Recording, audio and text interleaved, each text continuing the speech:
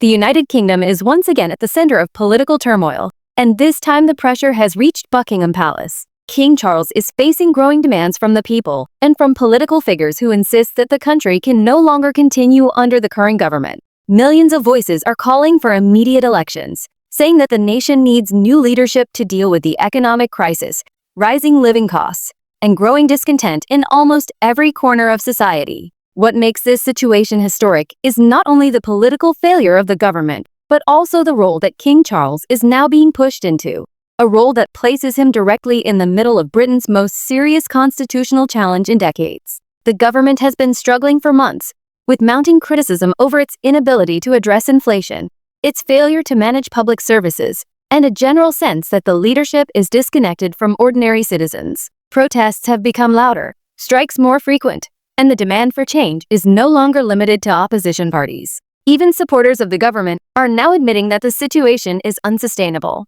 This has led to an unprecedented moment where people are not only demanding accountability from their elected leaders, but are also turning their attention to the king, asking him to intervene. Traditionally, the British monarch is expected to remain politically neutral, a figure above the chaos of daily politics. But when the government is seen to be collapsing, and when Parliament is losing the trust of the people, pressure naturally shifts toward the crown. King Charles, who has been on the throne for only a short period compared to his mother's long reign, now finds himself caught in a storm where every word he says and every move he makes will be interpreted as a signal of where the monarchy stands in this crisis. For him, this is a no-win situation. If he remains silent, critics will accuse him of ignoring the cries of the people. If he speaks out or takes action, others will accuse him of breaking royal tradition and stepping into politics. Meanwhile, Keir Starmer and the Labour Party have seized this moment to amplify their calls for an election.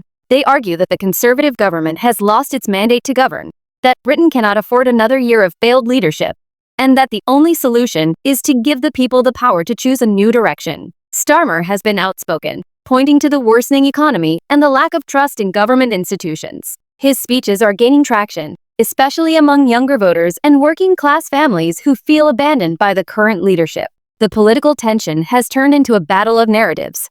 On one side, a government clinging to power, and on the other, an opposition demanding immediate democratic change. For the king, this has created an extraordinary scenario. Crowds have been gathering outside Parliament and in major cities with banners, chants, and slogans demanding, "Let us vote," and "Change now." Some protesters even appealed directly to King Charles, calling on him to use his influence to force the government's hand. Though the monarchy in modern times has limited legal power, the symbolic weight of the king's position cannot be ignored. His silence, his gestures, and even the language he uses in public speeches carry political consequences. The crisis also raises a deeper question about the future of the monarchy itself. Critics say that if the king is powerless in moments like these, then what is the purpose of having a monarch at all? Supporters argue that his restraint is exactly what preserves the monarchy's legitimacy. Either way, King Charles' response to this crisis will define how his reign is remembered in history. He is walking a fine line between maintaining neutrality and acknowledging the suffering of his people. Across the media, commentators are debating whether Britain is heading toward a constitutional showdown. Some suggest that the king may eventually have to meet with party leaders and play the role of a mediator, even if only behind closed doors. Others warn that any hint of royal interference in politics could backfire and weaken the crown. But what cannot be denied is that the demand for elections is growing louder every day, and the government's ability to resist is weakening. Internationally, this story is also attracting attention.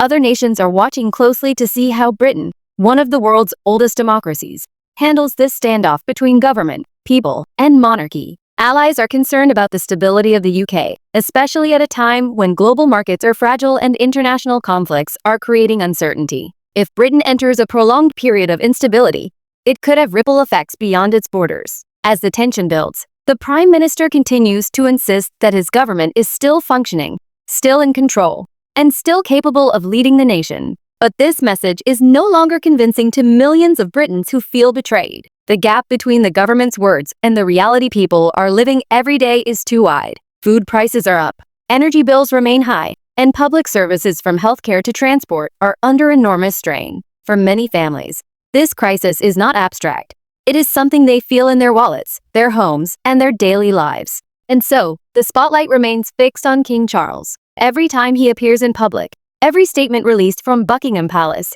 is analyzed for clues about his position. Is he siding with the people? Is he backing the government? Or is he waiting for the storm to pass without making a move? Whatever he decides, history will remember this moment as the first great test of his reign. In the end, Britain is standing at a crossroads. The calls for elections are not fading away. They are growing stronger.